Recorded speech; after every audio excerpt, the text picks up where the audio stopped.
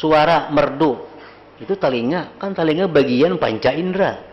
Tapi kalau Allah Ta'ala itu kadangkala dijangkau indera. Kayak apa caranya mengetahui Tuhan itu ilok? Nah, maka sesungguhnya hal itu tidak terlepas dari diketahui oleh indera. Hal itu dirasakan oleh indera-indera. Kebagusan dan keelokan itu tidak diingkari bagi yang diterima oleh indera-indera. Kita kadang mengingkari itu indah selama kawa diketahui lewat panca indera.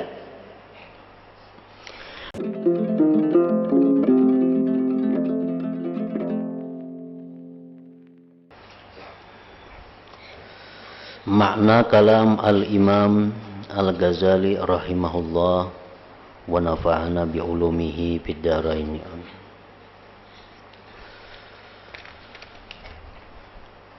Asal pokok yang keempat pada menjelaskan arti baik dan elok.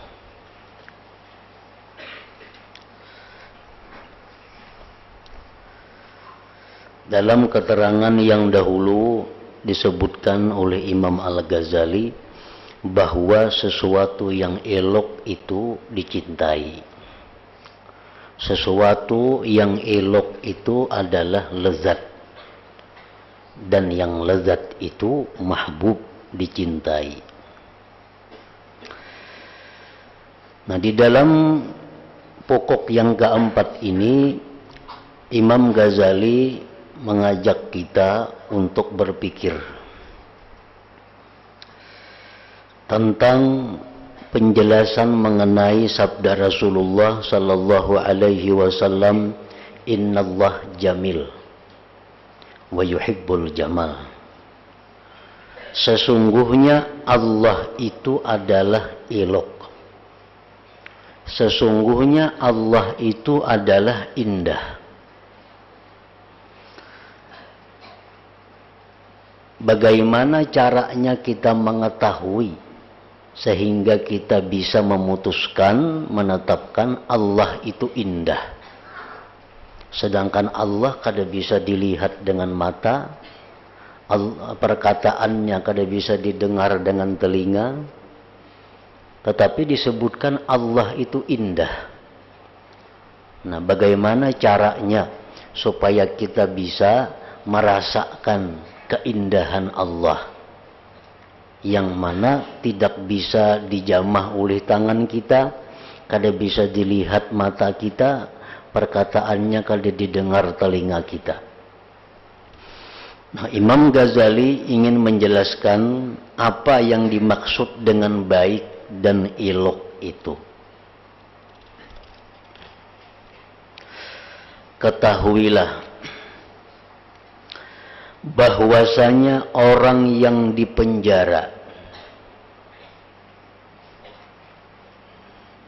dalam sempitnya khayalan dan perasaan-perasaan, artinya orang nang pikirannya sempit, orang nang pikirannya terkurung,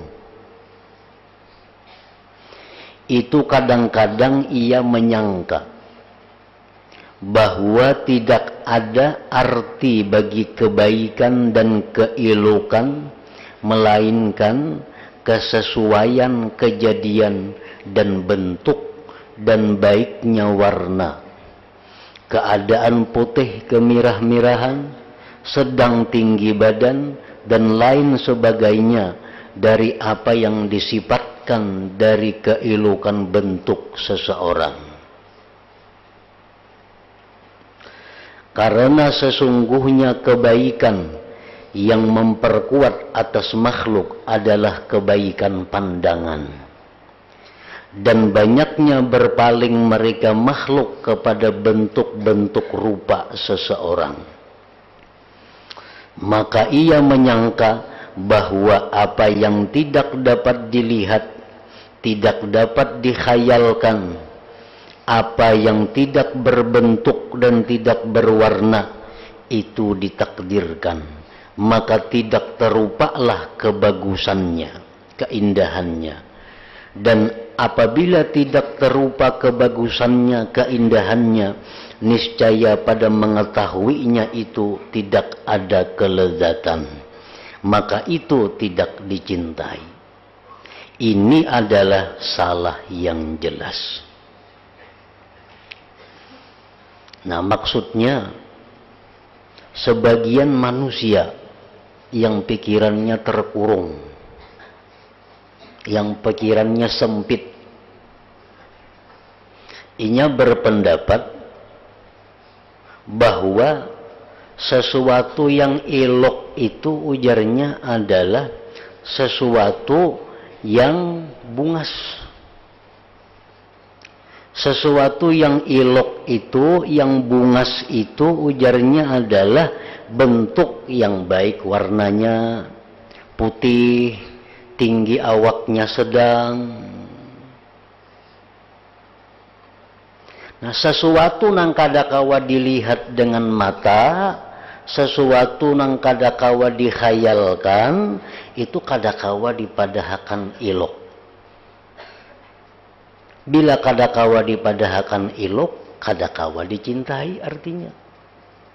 Karena kita cinta kepada yang ilok. Nah, pendapat nang orang ini itu salah. Nang hanya mengatakan bahwa keilukan itu, kebungasan itu hanya pada bentuk rupa. Nah, pendapat ini orang nang sempit pikirannya. Jadi bila ada sesuatu nang kada berbentuk, bila ada sesuatu nang kada kawa dipikirkan, itu ujarnya kada kawa dipadahakan ilok. Otomatis kada kawa dicintai. Nah, ini pendapat salah.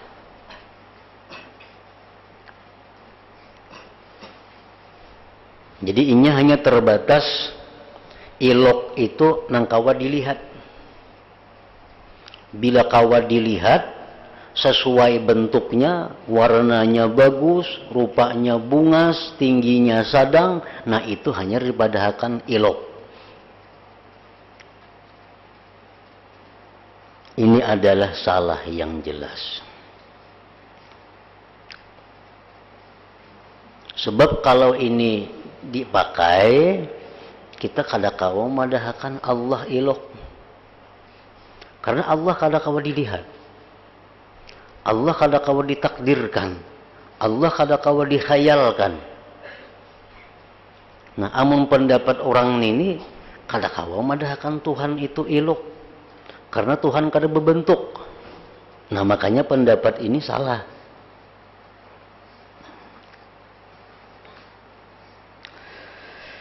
Karena kebagusan atau keindahan itu, ujar Imam Ghazali, tidak terbatas pada yang dapat diketahui oleh pandangan mata.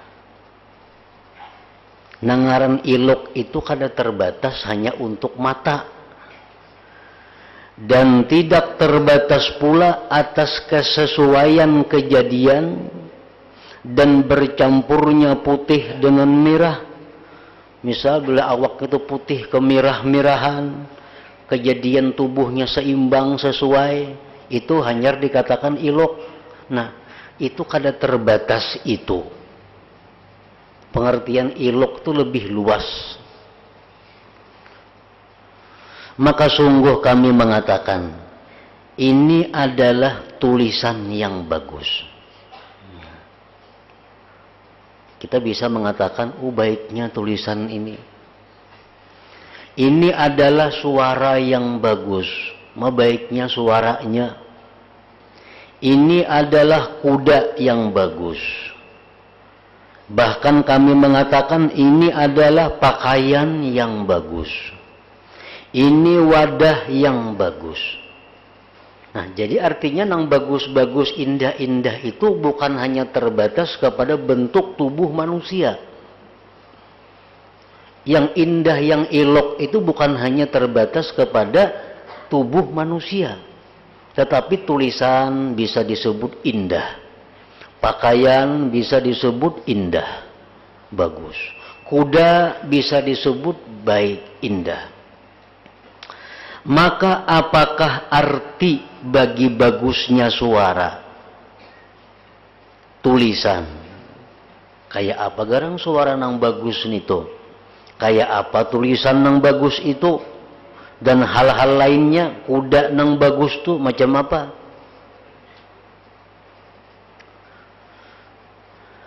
Apabila tidak ada kebagusan kecuali pada rupa, amunnya bagus tuh hanya untuk rupa saja, dan telah maklum diketahui bahwa mata itu merasa lezat dengan memandang kepada tulisan yang bagus.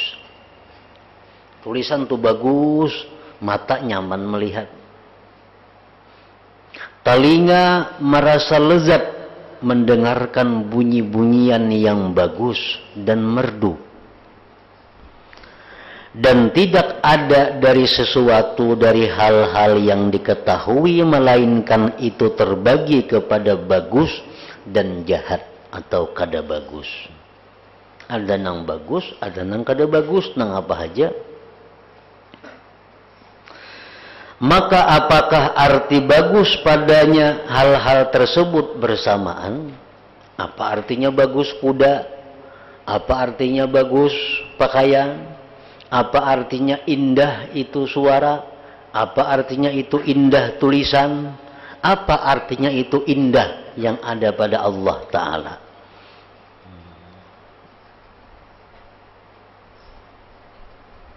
Maka tidak boleh tidak dari membahas tentang ini. Kita semuaan bisa membaca hadisnya, Innallah jamil, Allah itu elok. Kayak apa garang eloknya Tuhan itu? Maka kada kawa dilihat, suaranya kada kawa didengar, zatnya kada kawa diraba. Jadi kita selama ini hanya bisa menyambat bahwa Allah itu indah, Allah Ta'ala itu elok. Apa maksudnya Allah itu elok?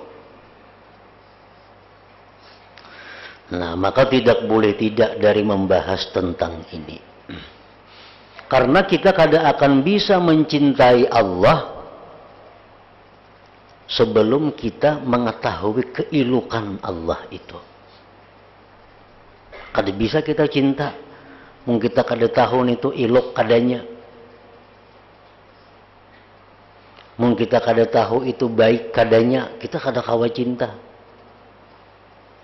Nah, jadi selama kita kada tahu cinta, kita kada tahu elok, berarti kita belum kawa cinta kepada Allah, maka ibadah-ibadah kita selama ini kada ada berdasarkan cinta. Nah, selama ibadah kita ini belum berdasarkan cinta, berarti ibadah kita masih di tingkatan yang bawah. Paling-paling kita beribadah karena mengharap surga, kita beribadah karena takutan neraka. Nah, itu tingkatan orang-orang umum. Yang hebat itu, yang tinggi ganjarannya, tinggi nilainya, orang beribadah kepada Allah karena cinta lawan Allah. Nah, kayak apa cinta lawan Allah? Mesti mengetahui dahulu keelokan Allah. Nah, kayak apa keelokan Tuhan? Nah, ini nang dibahas. Nah, ini nang dicari.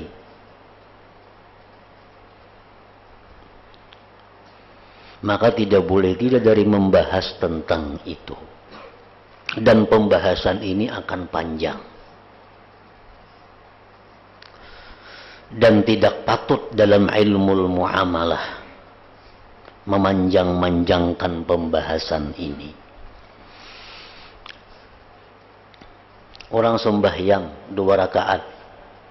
Nang saikung sembahyang ini karena mengharap pahala. Dapat pahala. Yang saikung ini sembahyang karena ingat takutan lawan Allah. Dapat ganjaran. Yang satu ini sembahyang karena dia cinta kepada Allah. Nah, ini nang tinggi.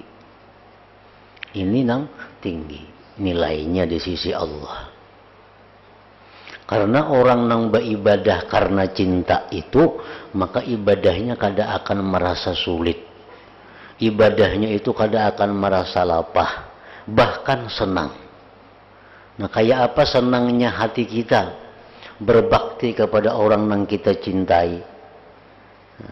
Kayak apa kita menerima perintah dari orang yang kita cintai, dengan senang hati kita melakukannya. Nah, ini yang dicari supaya ibadah kita ini dengan lapang, supaya ibadah kita ini jangan hendak lakas tuntung, supaya ibadah kita ini jangan hendak cepat selesai. Kenapa kita beribadah selalu hendak lakas tuntung? Karena ibadah kita kada berdasarkan cinta kepada Allah. Nah,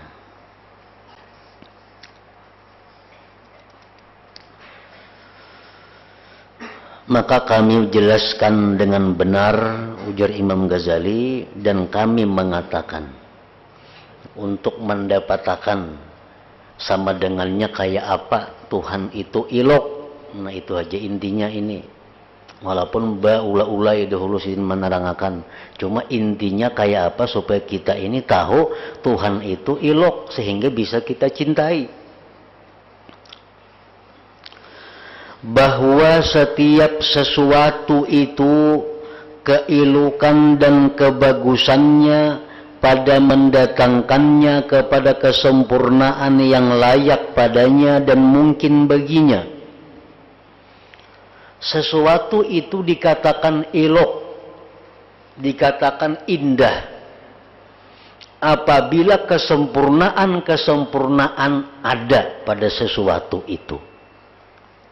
Nah, sesuatu itu dikatakan elok, dikatakan indah apabila kesempurnaan ada pada sesuatu itu. Maka apabila seluruh kesempurnaannya yang mungkin itu datang, maka itu pada penghabisan keelokan. Apabila kesempurnaan yang datang itu sebagian, maka baginya sebagian dari kebagusan dan keelokan dengan kadar kesempurnaan yang datang padanya. Kalau kesempurnaan itu 100% ada pada diri sesuatu, maka diri sesuatu itu eloknya pun 100%. Kalau kesempurnaan itu datang kepada sesuatu cuma 50%, maka eloknya sesuatu itu pun 50%. Jadi eloknya, bagusnya sesuatu tergantung kesempurnaan yang datang padanya. Misalnya seseorang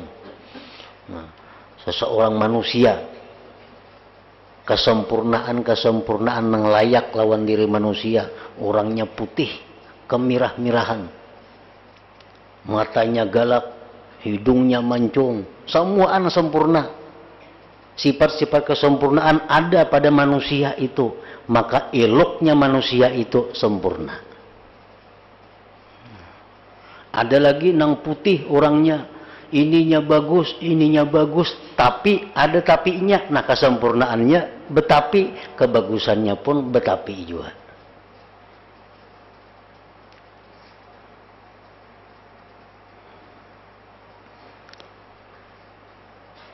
Nah, jadi Allah Subhanahu wa Ta'ala itu satu zat yang bersifat kesempurnaan.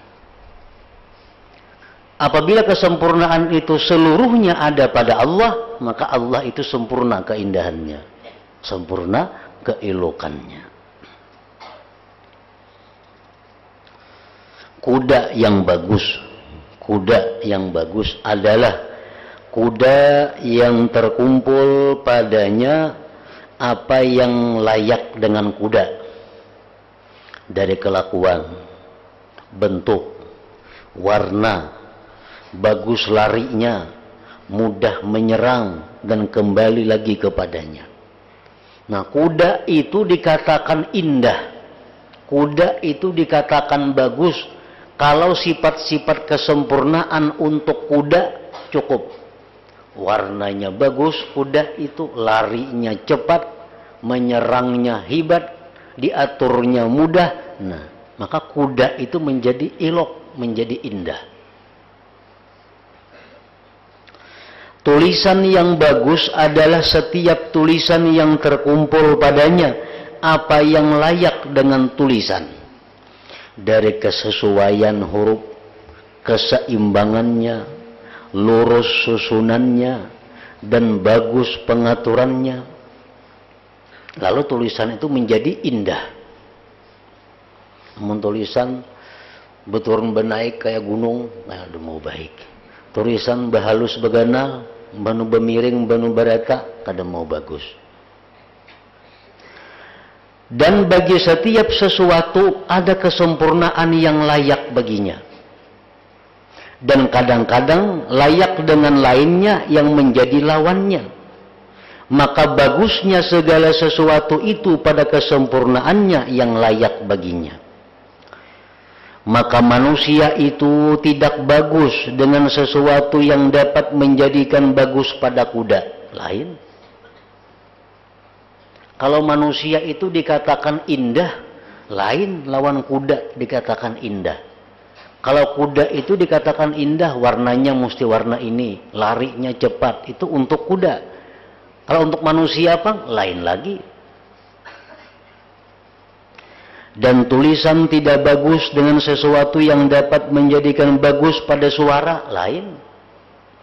Tulisan yang bagus, kalau ini. Suara yang bagus, kalau ini, lain lawan tulisan. Wadah-wadah tidak bagus, bejana-bejana tidak bagus dengan sesuatu yang dapat menjadikan bagus pada pakaian. Cangkir ini baik, bila ini. Lain lawan baju baik. Keadaannya lain. Demikian pula hal-hal lainnya. Nah jadi kuda dikatakan bagus bila macam ini. Manusia dikatakan indah bila macam ini.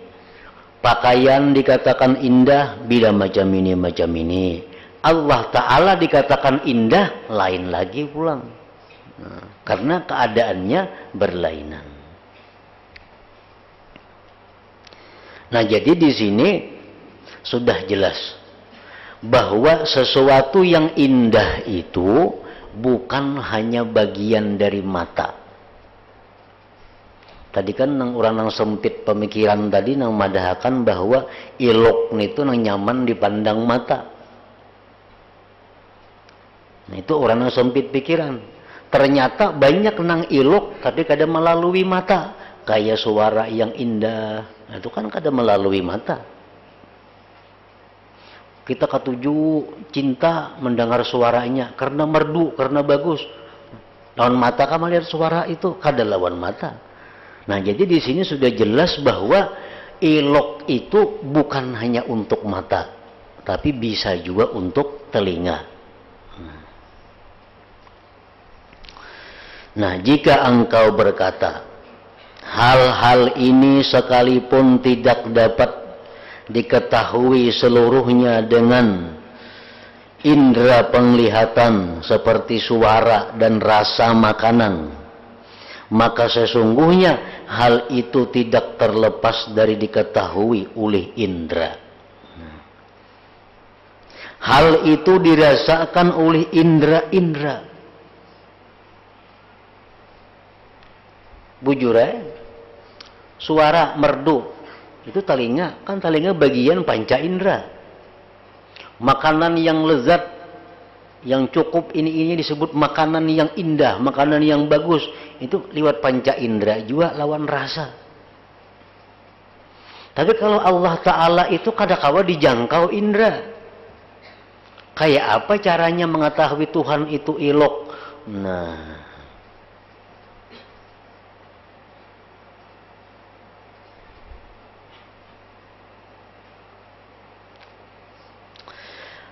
maka sesungguhnya hal itu tidak terlepas dari diketahui oleh indera. Hal itu dirasakan oleh indera-indera.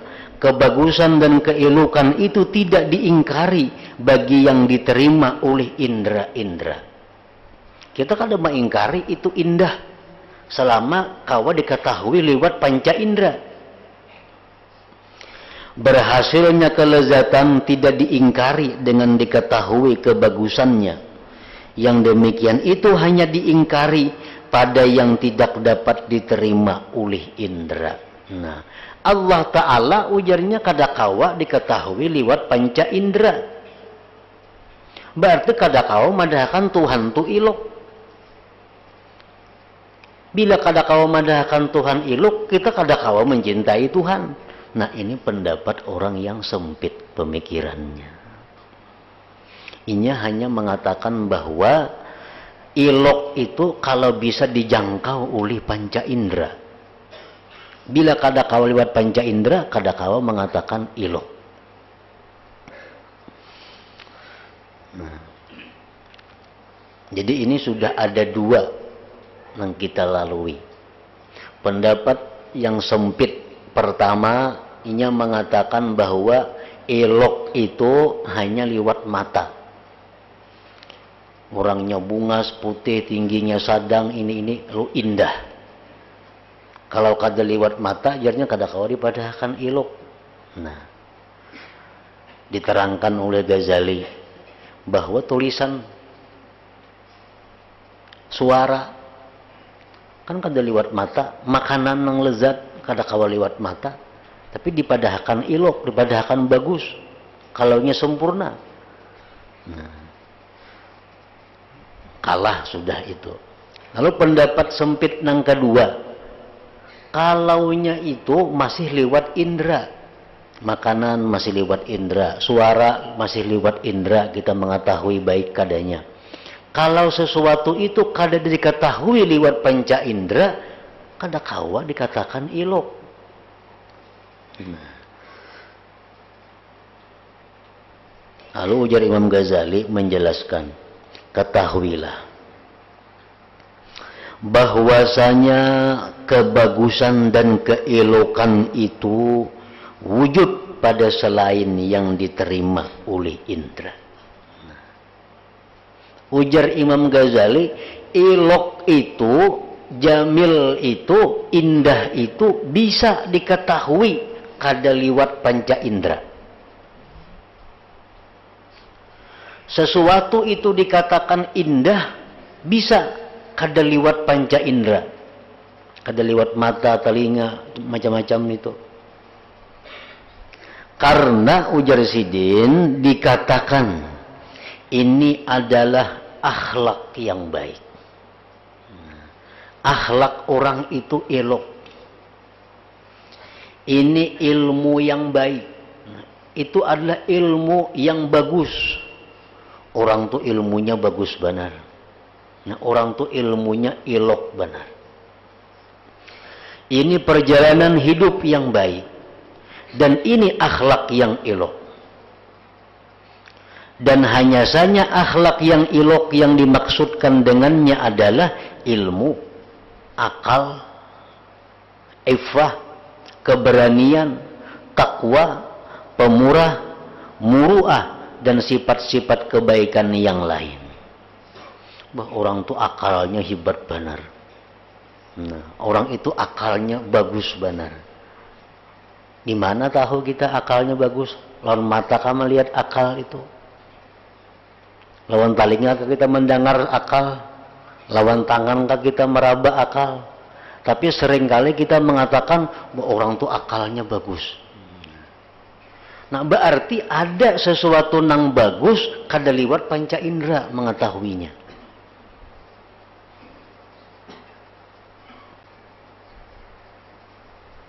Orang itu ilmunya bagus. Orang itu ilmunya indah. Ilmunya hebat. Di mana tahu ilmunya itu bagus? Kawa dijapai kah ilmu itu? Kawa dilihat kah ilmu itu? Kawa didengar kah ilmu itu? Tapi kita mengatakan ilmu orang itu bagus. Nah, berarti ada sesuatu yang bagus tanpa melalui panca indera.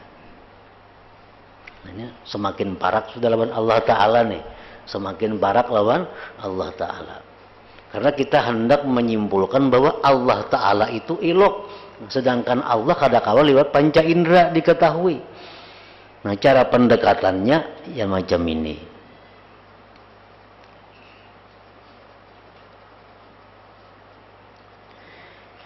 sesuatu dari sifat-sifat tersebut, ilmu, akal, iffah, kehormatan artinya, tidak dapat diperdapati dengan panca indera, akan tetapi dapat diketahui dengan nur mata hati batin. Nah, dengan mata hati batin, atau seringkali disebut dengan indera keenam. Jadi kalau hendak mengetahui Allah Ta'ala itu indah, Allah Ta'ala itu bagus, jangan lewat panca indera nang lima ini. Karena panca indera nang lima ini kepada sesuatu yang berbentuk. Allah kada berbentuk. Untuk mengetahui bagaimana indahnya Allah, jangan menggunakan mata telinga ini, tapi gunakan mata hati. Nah, gunakan mata hati. Akan tetapi dapat diketahui dengan nur mata hati batin. Semua sifat-sifat ilok ini dicintai. Ilmu, akal, iffah, keberanian, takwa. Nah, itu dicintai. Orang yang bersifat dengan sifat-sifat tersebut juga dicintai. Ilmu nang bagus itu dicintai.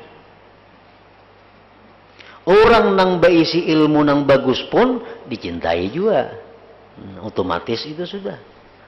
Akal nang indah, akal nang bagus itu dicintai. Orang nang punya akal bagus dicintai juga, otomatis itu.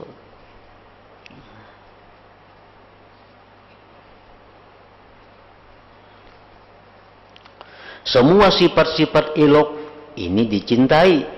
Orang yang bersifat dengan sifat tersebut juga dicintai. Dengan tabiat bagi orang yang mengetahui dan mengenal sifat-sifatnya.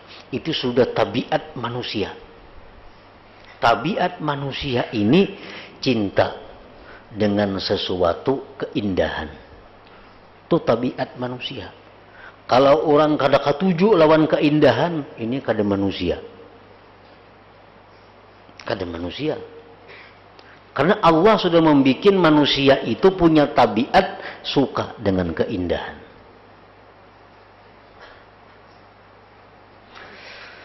Tanda yang demikian dan sesungguhnya urusan memang seperti yang demikian, bahwasanya tabiat-tabiat itu ditabiatkan atas mencintai para nabi salawatullah alaihim dan mencintai para sahabatnya radhiyallahu ta'ala anhum.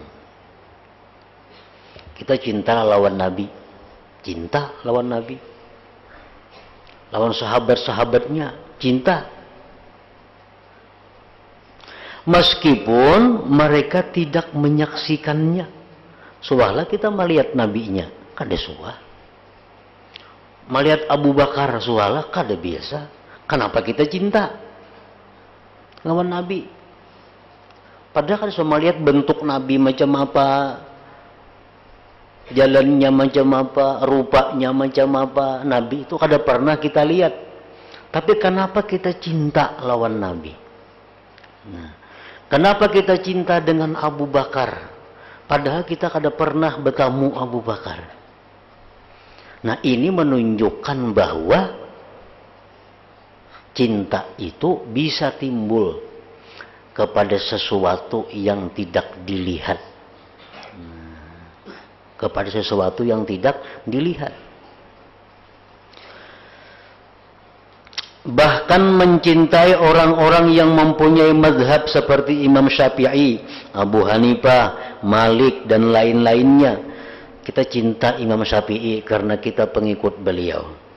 Sehingga sesungguhnya seseorang laki-laki kadang-kadang kecintaannya kepada pemilik mazhab itu melewati batas cinta. Yang demikian itu mendorong orang tersebut mengimpakkan seluruh hartanya untuk menolong mazhabnya dan membelanya. Dan ia pertaruhkan nyawanya pada memerangi orang yang mencela imam dan pengikutnya. Maka berapa banyak darah yang ditumpahkan pada menolong pemilik-pemilik mazhab. Maka semoga saya mengetahui orang yang mencintai Imam Syafi'i misalnya, maka mengapa ia mencintainya? Nah, kita ini cinta lawan Imam Syafi'i. Karena apa kita cinta lawan Sidin itu? Padahal ia tidak menyaksikan sama sekali rupanya. Padahal kita kada tahu rupa Syafi'i itu macam apa. Dan jikalau ia menyaksikannya, andai kata kita melihat Imam Syafi'i, barangkali ia tidak memandang bagus rupanya. Andai kata kita mencintai Nabi itu, bertamuan lawan Nabi, itu kita kadang mencintai karena kebungasannya. Maka pandangan bagusnya yang mendorong ia berlebih-lebihan mencintainya Imam Syafi'i adalah karena rupanya yang batin. Kita cinta kepada Imam Syafi'i bukan karena bungasnya, bukan karena putihnya Sidin, bukan. Tapi kita cinta Imam Syafi'i karena ada keindahan-keindahan rupa pada batin Sidin. Bukan karena rupanya yang zahir. Rupanya yang telah bertukar dengan tanah bersama tanah. Dan hanya saja ia mencintainya karena sifat-sifatnya yang batin. Dari agama, takwanya Imam Syafi'i, banyaknya ilmu, baiknya ilmu beliau, menguasai dengan ilmu-ilmu agama, bangkit untuk memberi faedah ilmu syariat, dan karena menyebarkannya kebaikan-kebaikan ini di dunia. Perkara-perkara ini semua adalah elok, indah, yang tidak dapat diketahui keelokannya kecuali dengan nurul basirah, dengan mata hati. Adapun indera yang 5 ini maka tidak mampu mengetahuinya. Nah, ini satu bukti bahwa keelokan itu, keindahan itu bisa ditetapkan kepada sesuatu nang kada kita lihat, nang kada kita dengar, nang kada kita raba. Contohnya apa? Kita mencintai para nabi, kita mencintai para sahabat, kita mencintai Imam Syafi'i. Kita cinta bukan karena ketampanan mereka, kada. Kita cinta bukan karena gagah perkasa mereka, kada. Tapi kita cinta mereka itu karena mereka punya agama yang kuat, karena mereka punya ilmu yang banyak, mereka punya akal yang bagus, mereka punya takwa yang sempurna. Nah, takwa, akal, ilmu itu kawa dilihat lawan mata, kada kawa. Lawan panca indera kada kawa. Tetapi hanya dengan mata hati. Nah, dengan mata hati. Nah, demikian juga halnya kalau kita kaina menetapkan Allah Ta'ala itu indah. Demikian halnya kita menetapkan Allah itu indah. Bukan Allah Ta'ala itu berbentuk indahnya, kada. Tapi sifat-sifat keindahan Tuhan itu yang bisa dilihat, dirasa oleh mata hati kita. Itu yang menyebabkan kita memutuskan bahwa Allah itu indah. Yang akhirnya kita bisa mencintai Allah Subhanahu wa Ta'ala.